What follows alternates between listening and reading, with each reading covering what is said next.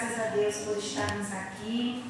Miguel, meu celular, que eu tenho um print aí para...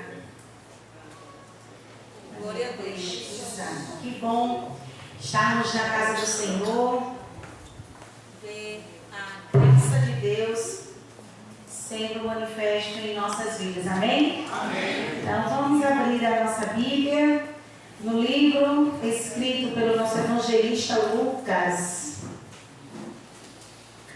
Podemos ficar em pé em reverência à palavra do Senhor, porque você vai passar bastante tempo sentado. Amém. Lucas capítulo 12.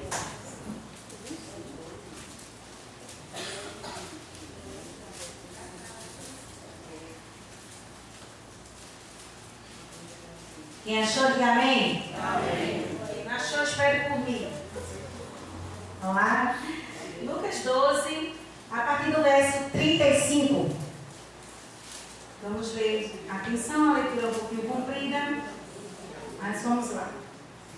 Cingido esteja o vosso corpo, e acesas as vossas candeias. Sede vós semelhantes a homens que esperam pelo seu Senhor, ao voltar ele das festas de casamento, para que quando vier a bater a porta, logo lhe abram. Bem-aventurados aqueles servos a quem o Senhor, quando vier, os encontre vigilante. Em verdade vos afirmo que ele há de cingir-vos, dar-lhes lugar à mesa, e aproximando-se o servirá. Quer ele venha na segunda vigília, quer na terceira, bem-aventurados serão eles, se assim os achar. Sabei, porém, isto: se o pai de família soubesse a hora que havia de vir o ladrão, vigiaria, e não deixaria arrombar a sua casa.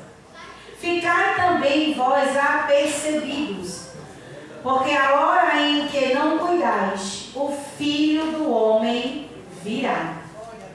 Então Pedro perguntou: Senhor, proferes esta parábola para nós ou também para todos? Disse o Senhor: quem é, pois, o mordomo fiel e prudente, a quem o Senhor confiará os seus conservos para dar-lhes o sustento a seu tempo? Bem-aventurado aquele servo, a quem seu Senhor, quando vier, achar fazendo assim. Verdadeiramente, vos digo que ele lhe confiará todos os seus bens. Mas, se aquele servo disser consigo mesmo: meu Senhor tarda em vir, e passar a espantar os criados e as criadas, a comer, a beber, a embriagar-se, virá o Senhor daquele servo. Virá o Senhor daquele servo dia em que não espera, e em hora em que não se sabe, castigá-lo-á, lançando-lhe a sorte com os infiéis. Aquele servo, porém, que conhecer a vontade de seu Senhor, e não se aprontar, nem fez segundo a sua vontade, será punido com muitos açoites. Aquele, porém, que não soube a vontade do seu Senhor, e fez coisas dignas de reprovação, levará poucos açoites. Mas aquele a quem muito foi dado, muito lhe será exigido. E aquele a quem muito se confia, muito mais lhe pedirão. Amém? Vamos repetir o verso 43? Bem-aventurado aquele servo a quem o Senhor, quando vier, achar fazendo assim. Pode sentar em nome de Jesus. Em outra tradução vai dizer: bem-aventurado o servo a quem o Senhor achar fiel. Se a gente não explanasse nada desse texto, o texto por si só já nos diria tudo. Mas é muito bom quando a gente vai tendo uma expansão de consciência, uma compreensão melhor das Escrituras. E hoje eu gostaria que a gente refletisse um pouco exatamente sobre o mordomo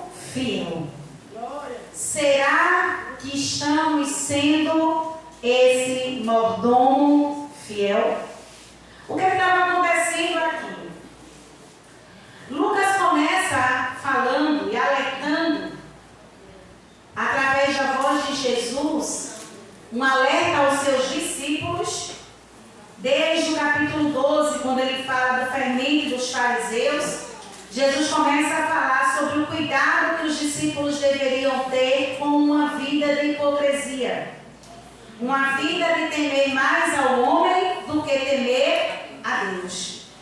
Uma vida em que ele ensina sobre a importância dos seus verdadeiros discípulos não terem vergonha de apresentar a quem pertence diante dos homens. Não ter vergonha de dizer a fé que professa. Não ter vergonha de reconhecer a pessoa de Deus enquanto estivermos aqui. Pois já dizia Jesus, aquele que revela de mim aos homens, eu também o revelarei perante o Pai. Aquele que não tem vergonha de dizer a quem pertence diante dos homens, eu também não terei vergonha de falá-los diante do Pai.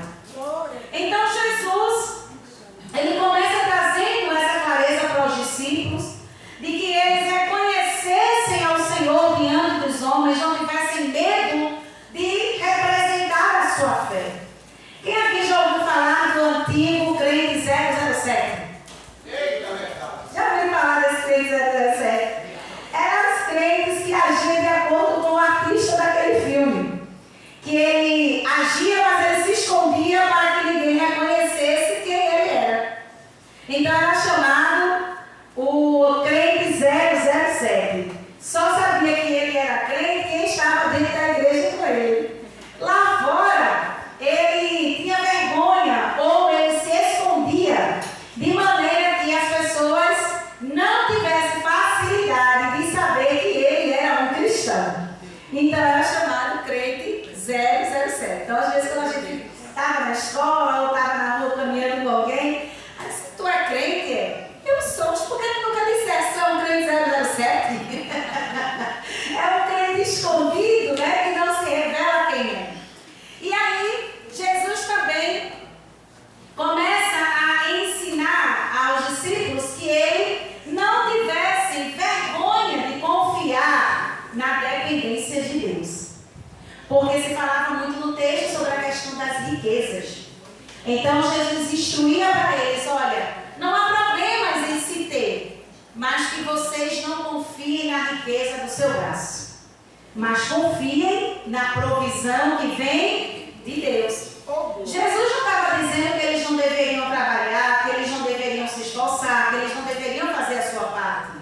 Jesus estava fazendo eles entenderem que apesar de eles terem o que terem, a vida dele não tivesse uma confiança 100% nos seus bens, mas em quem Jesus era.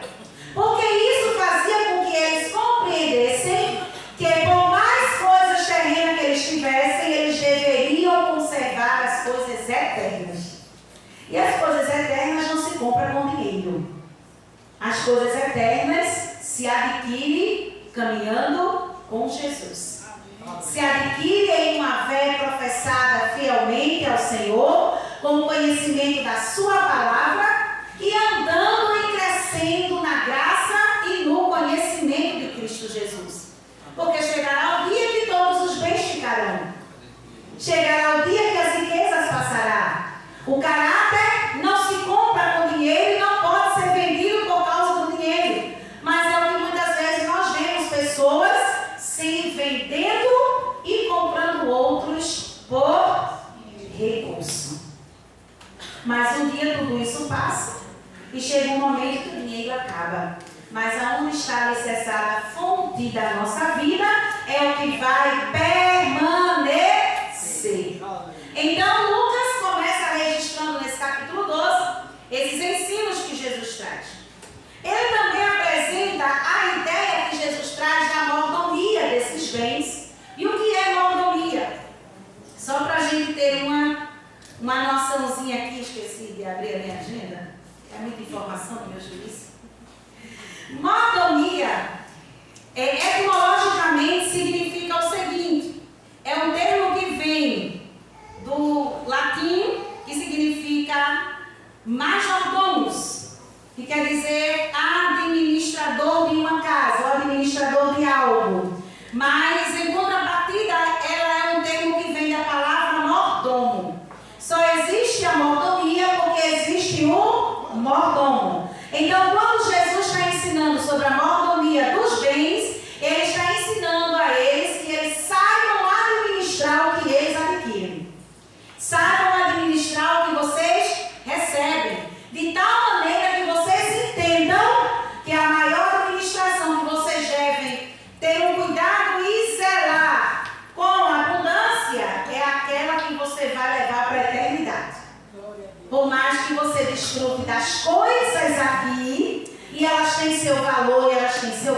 justo, não esqueçam que vocês devem semear coisas para a eternidade.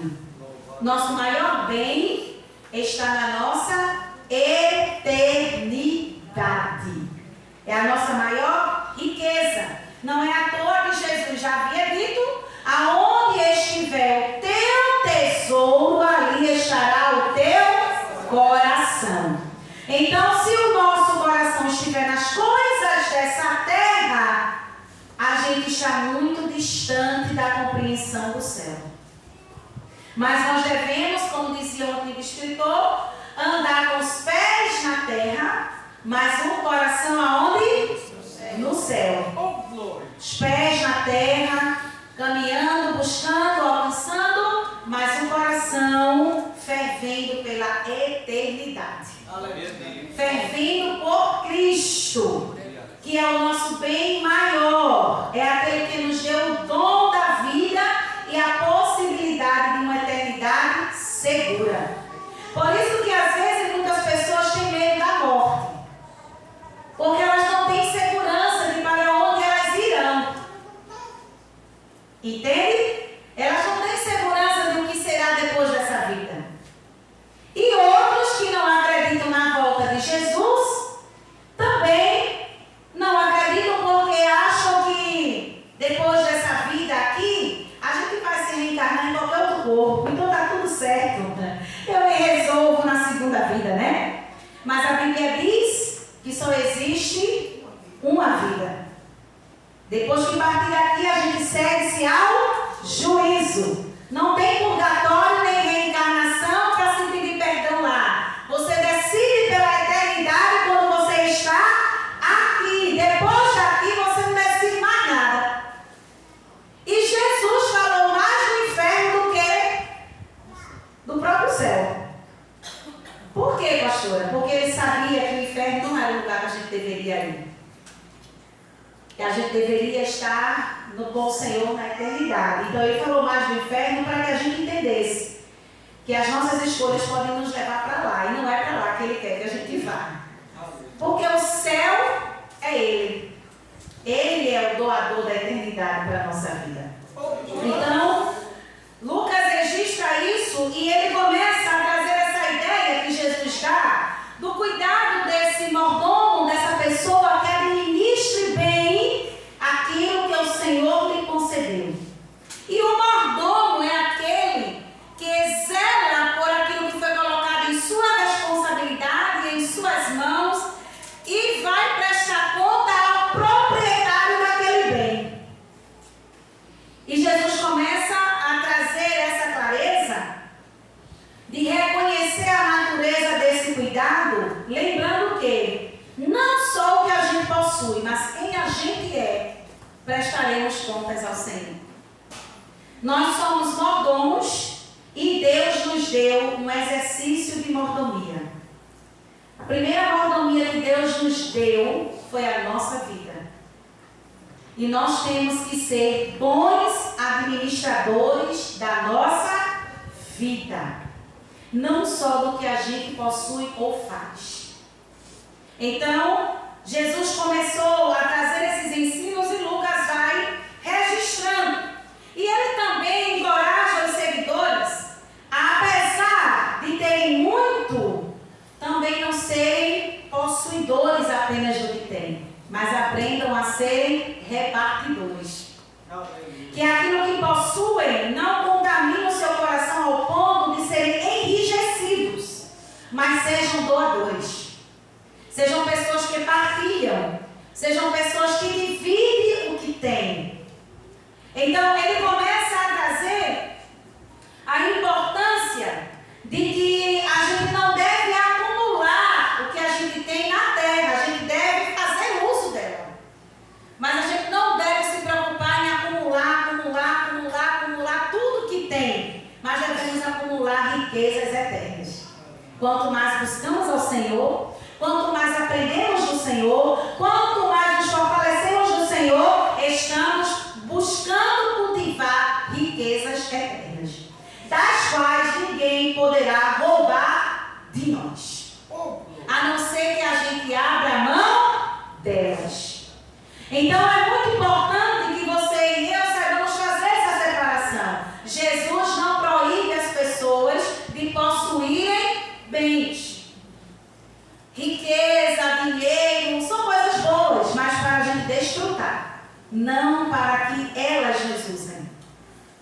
Porque aí lá Paulo vai dizer a Timóteo que o dinheiro é o maior de todos os males, mas não é o dinheiro em si, é o que o homem faz com o dinheiro.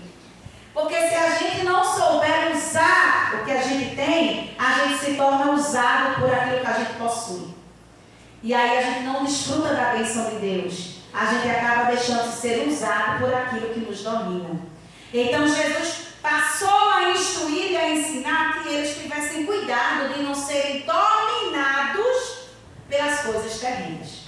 Depois, ele começa a instruir do versículo 22 para frente. Primeiro ele termina falando de uma vida de hipocrisia e falsidade, daqueles que dizem ser do Senhor, mas têm vergonha de apresentar ao Senhor. Depois ele começa do 13 ao 21, ensinando que o povo não ande com avareza, guardando as coisas dos bens materiais, mas possuam riquezas terrenas.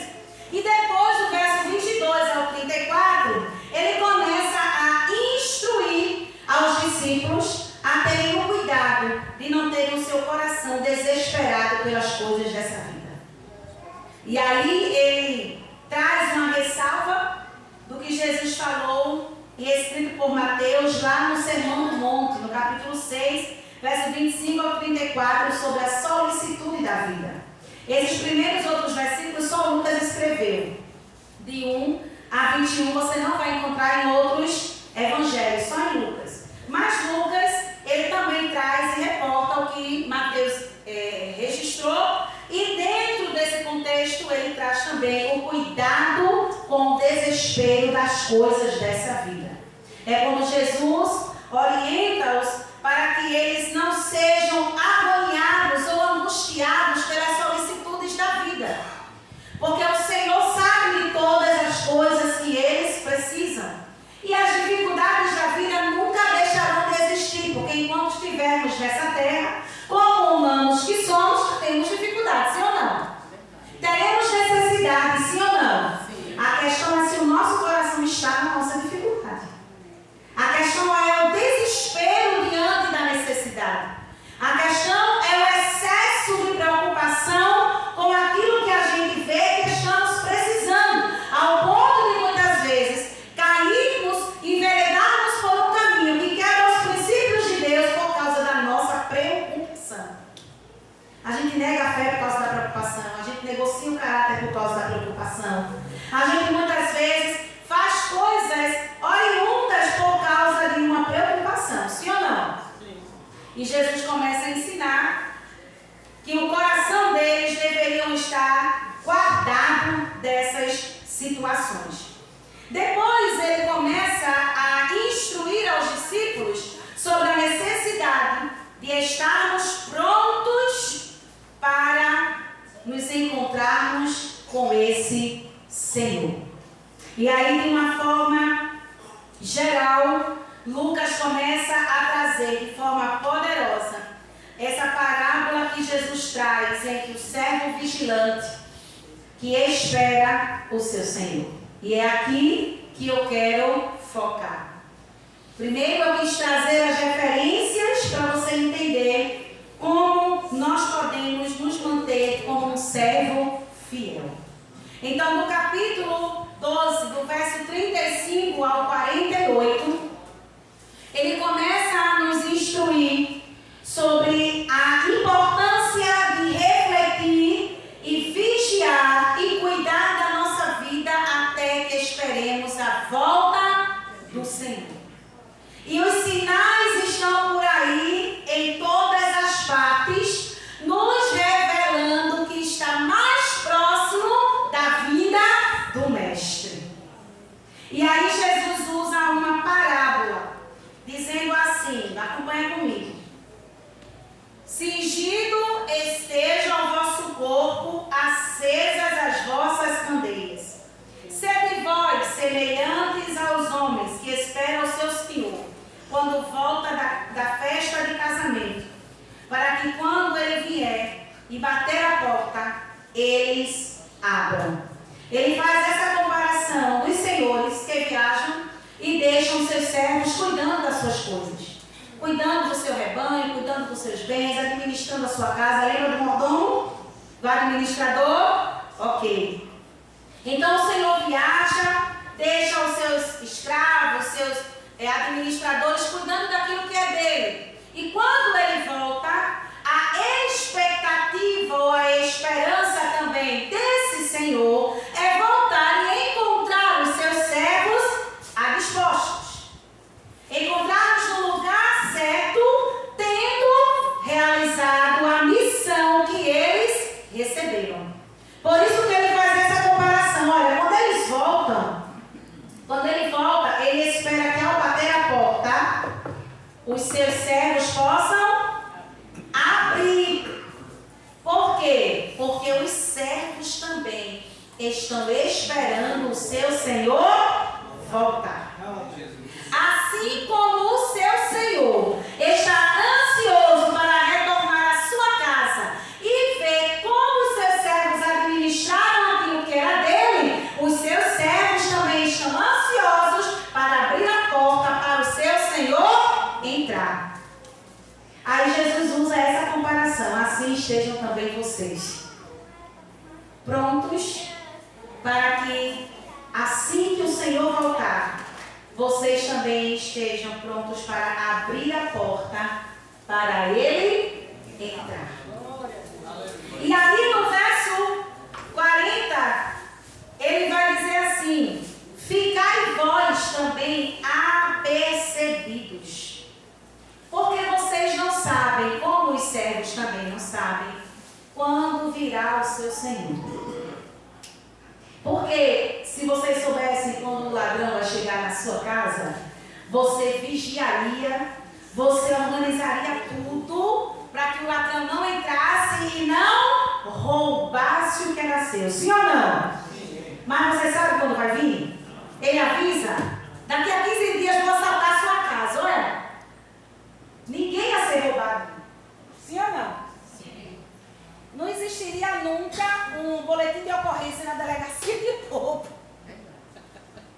Só entrando no hospital. Só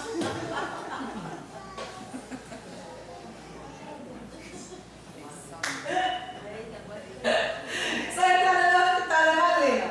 Pois é. Então não haveria esse registro.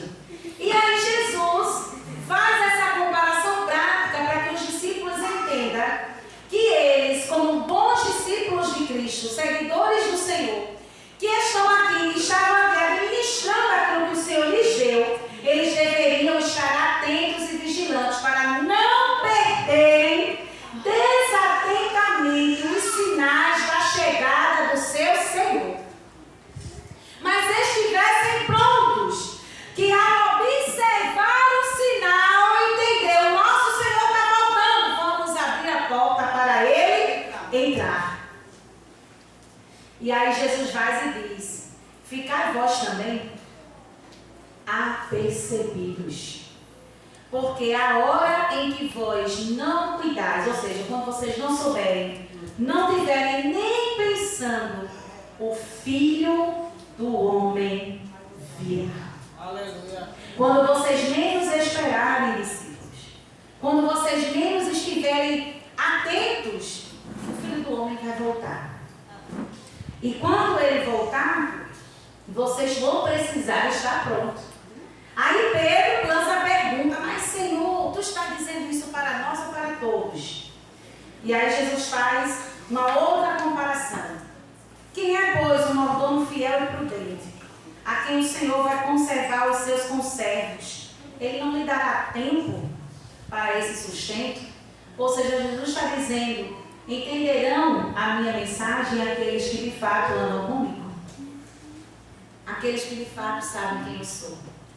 E aí entra o texto base que a gente iniciou: bem-aventurado, ou feliz aquele, em outra tradução, aquele servo a quem o seu Senhor, quando voltar, achá-lo fazendo assim como fiel, que cuidou daquilo que foi confiado a ele, que vigiou para não se embaraçar com as coisas vãs dessa vida, que não andou com uma fé hipócrita, que não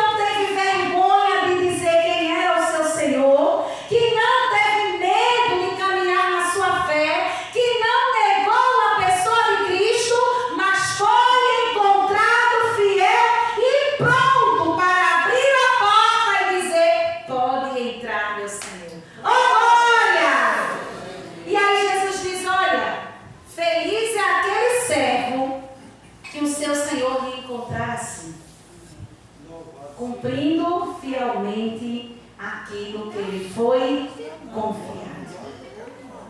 E aí ele vai dizer: verdadeiramente eu vos digo que esse Senhor que encontrar o servo assim, vai lhe confiar muitos dos seus outros bens. Quais são os outros bens que o Senhor há de nos confiar? O que está reservado para nós na eternidade.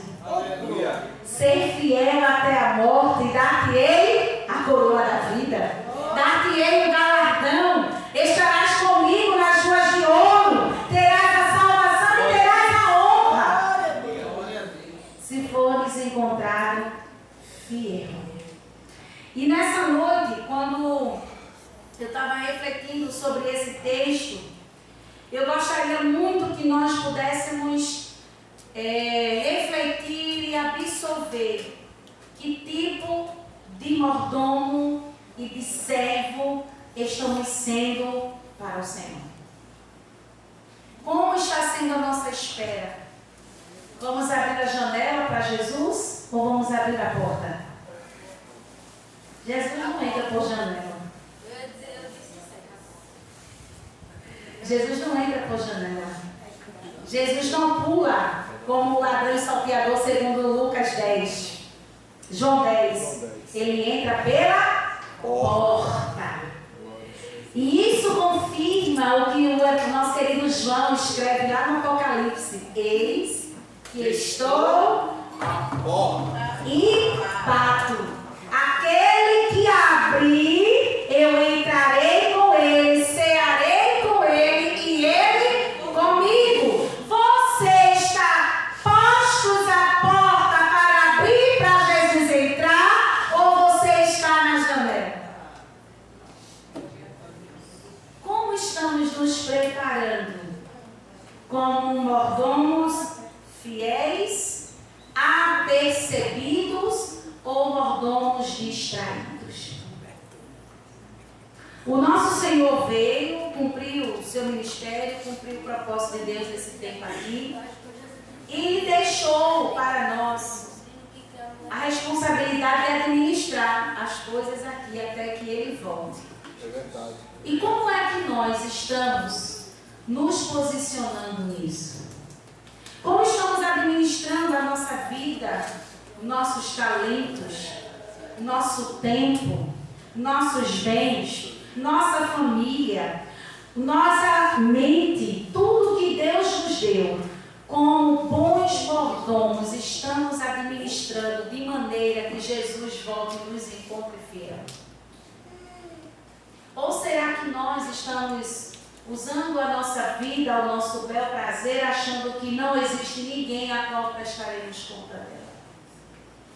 Já dizia Salomão no capítulo 12: lembra-te do teu Criador no dia da tua mocidade, antes que cheguem os maus dias e venha neles dizer: não tenho mais contentamento. Por mais que seja um texto voltado para a juventude, é um texto real para qualquer idade. Se a nossa vida não andar com o Senhor, vai chegar alguém que a gente vai dizer: não tenho mais contentamento. Porque não existe realização plena na vida de homem ou de mulher alguma que não seja viver aquilo que Cristo tem para a sua vida. Porque as conquistas fazem parte, mas elas passam. Tudo que a gente usa aqui faz parte da vida, mas elas passam. Mas a plenitude de vida, ela vem de dentro para fora. E não são as coisas externas que nos dão plenitude de vida. Quem nos dá a plenitude de vida é a presença de Deus. E é por causa da presença de Deus que podemos ser pessoas plenamente realizadas. E não é realizada porque tudo dá certo. Não é realizado porque nós não somos crentes que dizem que nada de ruim acontece na nossa vida. Porque enquanto a gente vive nessa terra, de tudo acontece. Porque servir a Deus não é alusão de sermos imbatíveis, porque imbatível é o Senhor. Nós não, nós somos humanos. Estamos sujeitos a todos os tipos de situações, perseguições. mas a gente suporta por causa da presença do Senhor. E isso é que nos dá realização. Semana passada eu escrevi uma frase que dizia assim: nenhuma realização será completa sem que ela não esteja com a presença de Deus. Você pode ter momentos de felicidade, mas lá no fundo vai faltar uma realização completa. Porque a realização completa é preenchida quando nós fazemos por o propósito de agradar a Deus e revelar a sua glória. Então, quando Jesus ele faz essa comparação do servo vigilante que se prepara para o encontro com seu Senhor, ele está dizendo para os seus discípulos: não sejam infiéis, não sejam distraídos, não sejam aqueles que vão se encontrar desapercebidos, porque os sinais eles virão, eles serão cumpridos, e fiel e feliz será o obreiro, será o servo que quando seu Senhor voltar, ele se encontrar a posto do lugar que ele precisa estar. E nós estamos vendo que essa palavra que Jesus falou há muitos anos atrás, ela está mais atualizada do que o Jornal Nacional de amanhã. Olha os sinais no tempo. Tem aquela música de... eu esqueci quem canta, mas é os sinais no tempo. Essa mesmo, olha. Vejo sua voz no vento, dizendo que ele vem. Resta pouco tempo, meu Jesus já vem. Os sinais do tempo, ouço sua voz no vento, dizendo que ele vem. E olha aí os sinais do vento, dizendo que Jesus está voltando. Irmãos, além de vigiarmos e estarmos apercebidos e atentos, também estejamos prontos. Também estejamos apostos, cumprindo verdadeiramente a missão que o Senhor deixou em nossas mãos, de sermos mordomos fiéis, mordomos leais, conforme o apóstolo Paulo disse a Timóteo: olha, o soldado separado por Cristo não se embaraça com negócios dessa vida, porque ele tem um propósito: agradar aquele que o separou. Uma vez que você entende quem você era e o que Jesus fez em favor da sua vida, não negue o seu Senhor. Não se embarace com negócios dessa vida. Não troque a eternidade pelos bens dessa terra. Não negocie o prazer da presença de Deus pelas riquezas que os homens podem dar. Não se envergonhe do Evangelho, porque só o Evangelho é o poder de Deus para a salvação do homem. E sabe uma coisa interessante? Isso me lembra Paulo, um homem que era cheio de títulos, um homem que tinha posses, um homem que era um grande teólogo da época, um homem que aprendeu aos pés de um grande mestre. Quando ele teve um encontro verdadeiro com Jesus, ele disse: olha, tudo que eu tinha, todos os nomes que me foram eloquentes, todas as minhas conquistas, todas as minhas honras, todas as minhas os meus bens, as minhas riquezas são comparados a nada. Só há uma coisa que o Senhor fez, e é por isso que, esquecendo-me para trás das coisas que ficam, eu prossigo para o alvo, a fim de cumprir a carreira que me foi confiada, agradar aquele que me deu o ministério do Senhor Jesus. Ele dizia: nenhuma honra que foi me dada pelos homens, nenhuma glória que me foi elevada se compara. Olha bem, não foi qualquer homem que falou. Foi um homem de muito destaque. Nada disso se compara ao que eu recebi do Senhor. A salvação eterna. É por isso que ele vai dizer lá em Romanos: por isso eu não me envergonho do Evangelho de Cristo Jesus. Pelo contrário, ele dizia lá também a Timóteo: eu trago no meu corpo as marcas de Cristo. E eu quero ser fiel a Ele. Eu quero ser encontrado fiel a Ele. Então, quando eu lia essa mensagem, me lembrava muito desse texto. E eu trago para nós hoje a verdade do Evangelho que diz: sejamos nós felizes em sermos encontrados como esse servo, fiel ao nosso Senhor, fiel ao dom que Ele lhe deu, fiel ao talento que Ele lhe confiou, fiel à sua convicção com Ele, fiel a cuidar da sua vida, fiel a honrar o seu nome, fiel a não negar a sua fé, fiel a não negligenciar a sua caminhada com Cristo, fiel em não se embaraçar com as coisas dessa vida, fiel em não ter uma fé falsa, fiel em ter uma fé verdadeira, fiel em não colocar o coração na avareza, fiel em não andar preocupado excessivamente com as coisas dessa terra, porque tudo um dia vai passar. Mas fiel ao seu Senhor, que Ele nos confiou, para que na sua volta a gente possa abrir a porta e dizer: bem-vindo, meu Senhor. Sejamos encontrados fiéis. E no final, ele vai dizer, no verso 47, aquele servo, porém, que reconheceu, que não conheceu a vontade do seu Senhor e não se aprontou, ele não fez a sua vontade, portanto ele será punido. Aquele que sabia que deveria fazer e não fez, aquele que sabia qual era o caminho e foi por outro, aquele que sabia que o seu Senhor voltaria e ele não se preparou, aquele que sabia que prestaria conta da sua vida, mas usou a sua vida a seu bel prazer, você terá a consequência da sua escolha. Quando ele diz ele será punido, é consequência da sua escolha.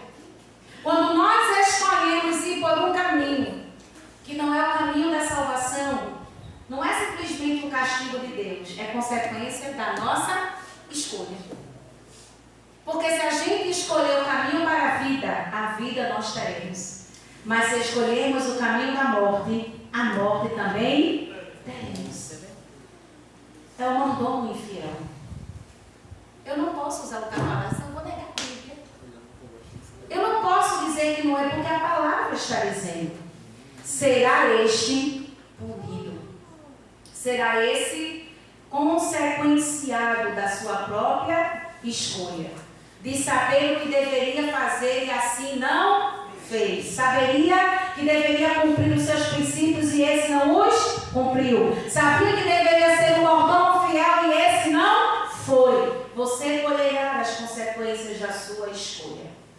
E aí ele vai finalizar dizendo: mas aquele, por quê? Porque aquele que é muito lhe é dado, muito lhe será exigido. E aquele a quem muito se confia, dele também lhe pedirá. Ou seja, o Senhor não vai nos pedir nada além daquilo que Ele disse que pedirá. Nós não prestaremos contas a Deus além daquilo que a Bíblia diz que a gente vai ter que prestar. Mas uma coisa é certa, todos nós prestaremos contas a Deus. De um jeito ou de outro. E tanto um quanto o outro receberá o resultado da sua escolha e o resultado do seu trabalho. E aí eu pergunto nessa noite: tem sido tu um mordomo fiel? Tem sido nós um mordomo fiel?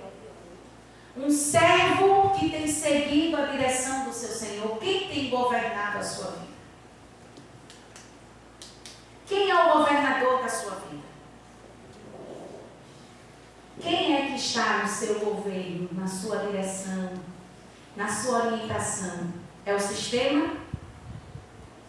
Ou o governo da nossa vida está sendo feito pela presença de Deus? Era a presença de Deus. Muito bem, olha aí. Quem é o governo da sua vida? Quem você está consagrando o governo da sua vida? Você está depositando sua vida nas mãos de quem? Qual a escolha que você tem feito diariamente? Como você está cuidando da mordomia da sua vida? É para agradar a Deus ou para agradar a si mesmo? Você está caminhando ao lado de que, Senhor? Quem é o Senhor da sua vida?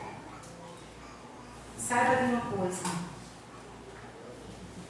Se o Senhor da sua vida é você mesmo, é o sistema, é suas escolhas erradas, a sua vida está nas mãos de alguém que não vai sustentar a si mesmo. Mas se a sua vida está sendo caminhada ao lado do Senhor da eternidade, daquele que tem as riquezas eternas para você, se a sua vida está sendo governada pela presença de Deus, segura está a tua vida. Seguro está a volta de Cristo para você, ou o seu encontro com Jesus. No entanto, que sejamos nós, além de fiéis, estejamos prontos e apostos para qualquer momento dos sinais que vão parar. Há momento de qualquer última trombeta que vai tocar. Será que você vai conseguir entender a voz de Deus? Quando a última trombeta tocar, quem vai discernir que o Senhor está voltando? Aí eu volto para a pergunta de Pedro. Senhor, quem é, pois, o mordomo? Dizes essas coisas para nós ou para todos? Atentamente discernirá quem anda com o Senhor. Jesus foi bem simples com Pedro. Olha, o verdadeiro servo é aquele que cumpre o que o seu Senhor lhe confiou. Então, quem ouvirá? Quem lhe seguirá que o Senhor está voltando? Aqueles que caminham com o seu Senhor. E apesar de muitas pessoas não terem um compromisso fiel com Deus, eles sabem que a Bíblia está se cumprindo. Eles sabem que as Escrituras estão a postos, mas não se permitem ser guiados pelo Senhor. Eu já ouvi uma pessoa há um tempo atrás dizer assim: Jesus está voltando, a Bíblia já diz, né? Queres tu um compromisso com Jesus? Quero não. É assim ou não é, gente? Sabe que a palavra está se cumprindo, mas não quer caminhar com o Senhor. Será que essa pessoa, ela vai entender os últimos sinais de Cristo? Se Jesus, ele diz que feliz é o servo em que for achado fiel. Que nós estejamos, irmãos, inseridos nesse servo fiel. Estava assistindo rapidamente hoje, mais uma vez, o que está posto na televisão e todo mundo, se alguém não assistiu, está assistindo, mas a maioria já sabe. Essa tão grande queimada de Los Angeles. Que tristeza. Quase uma cidade inteira debaixo de chamas. Pessoas, uma mulher que tinha dado entrevista, que se mudou para lá, pegou todos os bens que ela tinha, que ela ganhou com muita dificuldade, comprou uma casa há 3 meses, a casa dela pegou fogo.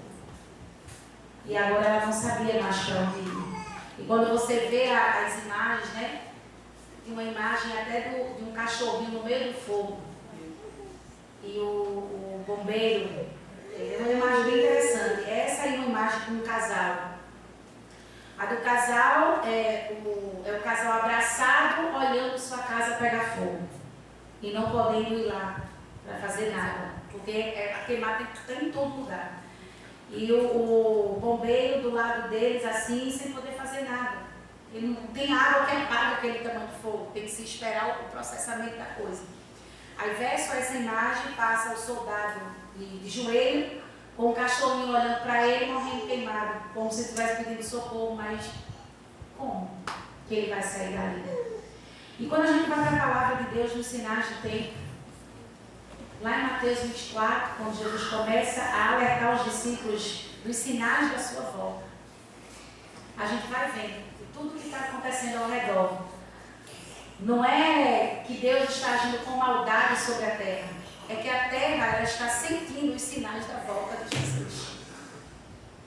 Porque se Deus estivesse agindo simplesmente com maldade sobre a terra, embora o cálice da ira de Deus ainda vai descer, porque a Bíblia diz, o cálice da ira de Deus de quem profana o seu nome, de quem blasfema contra ele, de quem zomba contra ele, de quem adora outros ídolos e coloca Deus debaixo dos seus pés, esse cálice ainda não esborrou, mas está perto. É só você ler Apocalipse, o cálice da ira de Deus. A gente nem está ainda no derramado cálice, para você ter noção. Nem está, né, pastor? O pastor aí é bem melhor do que eu, porque é escatologia, mas a gente vê que não precisa de tanto conhecimento para a gente ver. É só ler a Bíblia, né? A escatologia é boa porque ela nos amplia, mas é só você ler a Bíblia que você vai ver que não é espiritualismo, que não é força do acaso, não. É a Bíblia que está se cumprindo. É a Bíblia, é a consequência do pecado do homem. Ah, mas se Deus é tão bom porque essas coisas estão acontecendo, não tem a ver com bondade de Deus, tem a ver com consequência do pecado do homem e as suas escolhas. Agora, se essa escolha ainda é perigosa aqui, tu imagina essa escolha que vai interferir na tua eternidade. Não é? Nós precisamos estar atentos a essa volta do Senhor. Esse Senhor da parábola, trazendo para nós hoje, é Jesus. Ele vai voltar.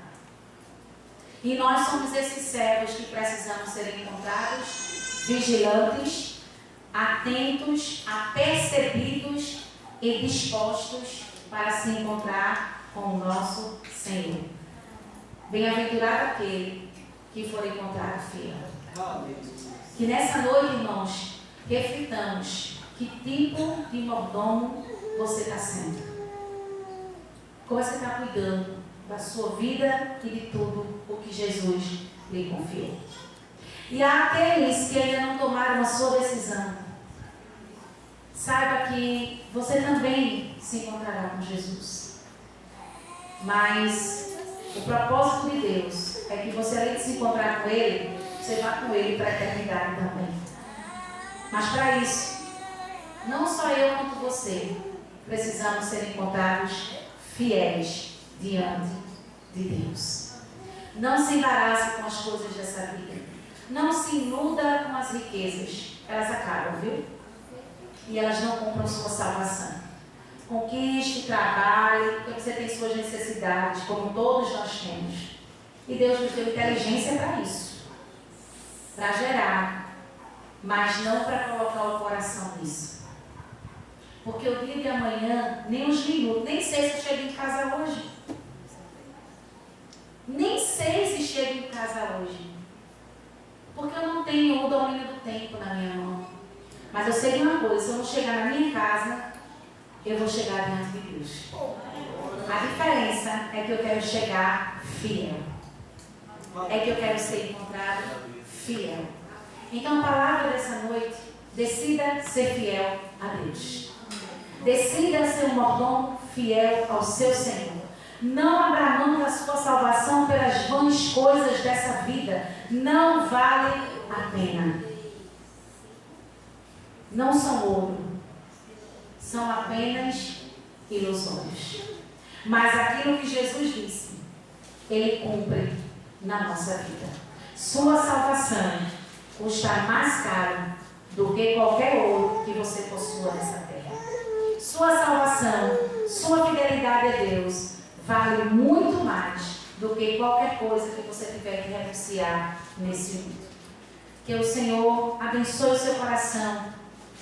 Que você reflita hoje qual é a eternidade que você quer passar. Qual é a eternidade que você quer ter na vida. Se você quer uma eternidade com Cristo você precisa decidir reconhecer a Cristo.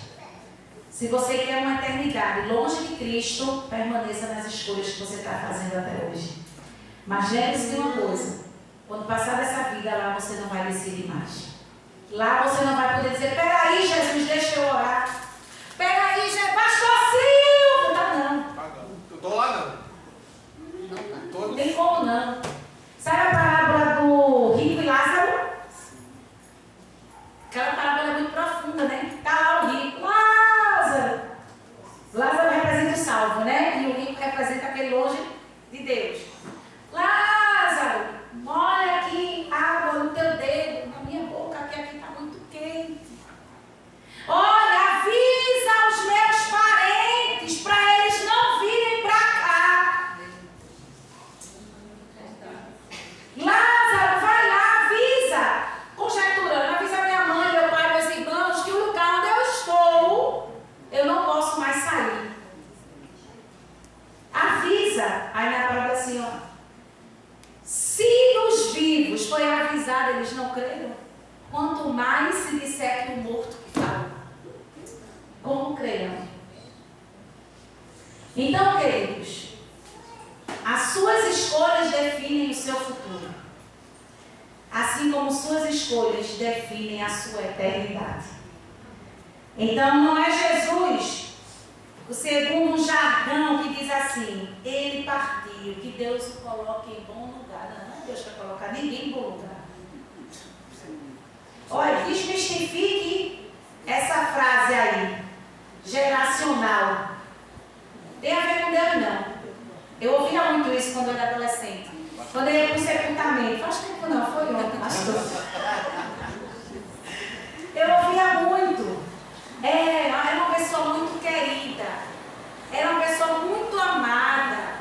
Uma pessoa benquista, que tinha uma moral boa. Deus o bota no bom lugar. Deus não vai botar ninguém no bom lugar. Quem vai decidir pelo bom lugar é a gente. Porque o bom lugar de Deus, Ele já deu, que foi Jesus. Ele já deu Jesus. Jesus é o bom lugar. Jesus é o melhor lugar. Mas se eu decidir por Jesus, eu estarei no bom lugar. A diferença é essa. Ok? Então, se eu não decidir pela salvação em Jesus, eu já decidi para não ir para o bom lugar. E a Bíblia já diz: a palavra por si só lhe condena. Você escolhendo fora da palavra, você por si só já se condena. É você que decide não ir para o bom lugar, querido. Me perdoe, mas essa é a verdade. É a gente que decide ir ou não para o melhor lugar depois dessa vida. Não é Jesus que vai decidir mais por você. Jesus já decidiu quando Ele disse: eu vou, Pai, pagar o preço pela humanidade. Ali Jesus decidiu nos dar um bom lugar. Agora, aqui na terra, quem decide é você pelo bom lugar de Jesus. Então, que vocês reflitam, e todos nós, que também já decidimos por isso, sejamos fiéis ao nosso Senhor, para sermos encontrados apropriados diante da sua presença. Amém? Que Deus nos abençoe e que você reflita nessa palavra e decida como você quer encontrar o seu Senhor. Como um servo fiel ou como um mordomo imprudente que escolheu ficar desapercebido até a volta do seu Senhor. Pai, em nome de Jesus, aqui está o teu povo, a tua igreja. Senhor, que o Senhor nos ensine e nos instrua a cada dia como aqueles discípulos foram instruídos. A tua palavra é o livro da nossa instrução, para que nós sejamos encontrados mordomos fiéis, atentos, para se encontrar com o seu Senhor. Esse Senhor, nós entendemos que o Senhor estava falando do Senhor mesmo. O Senhor vai voltar. E os seus discípulos, mordomos, precisavam ser encontrados fiéis. E nós também precisamos ser esse mordomo fiel, apercebidos dos teus sinais. Olha, Senhor, nos ensina por tua misericórdia, nos manter firme na caminhada contigo, para não sermos pegos de surpresa, para não sermos atacados pelo ladrão, mas sermos vigilantes e estarmos atentos aos sinais do fim. Assim como nossos queridos amigos visitantes nessa noite, que eles possam entender que o fim também vai chegar para todos eles, mas que eles decidam andar com o Senhor e serem encontrados mordomos fiéis e abrirão a porta da sua vida para irem com o seu mestre, para que eles decidam pela sua eternidade hoje, porque o fim virá e o tempo vai passar, mas aquele que for encontrado fiel será bem-aventurado para desfrutar daquilo que o seu Senhor preparou. Ajuda-nos a sermos mordomos fiéis, que honra o nosso Senhor e que está pronto para encontrar-se com Ele. Nós te agradecemos pela tua palavra, porque não queremos as consequências ruins da nossa própria escolha. Nos ajuda e nos firma no nome precioso de Jesus. Amém e amém. Que Deus nos abençoe em nome de Jesus.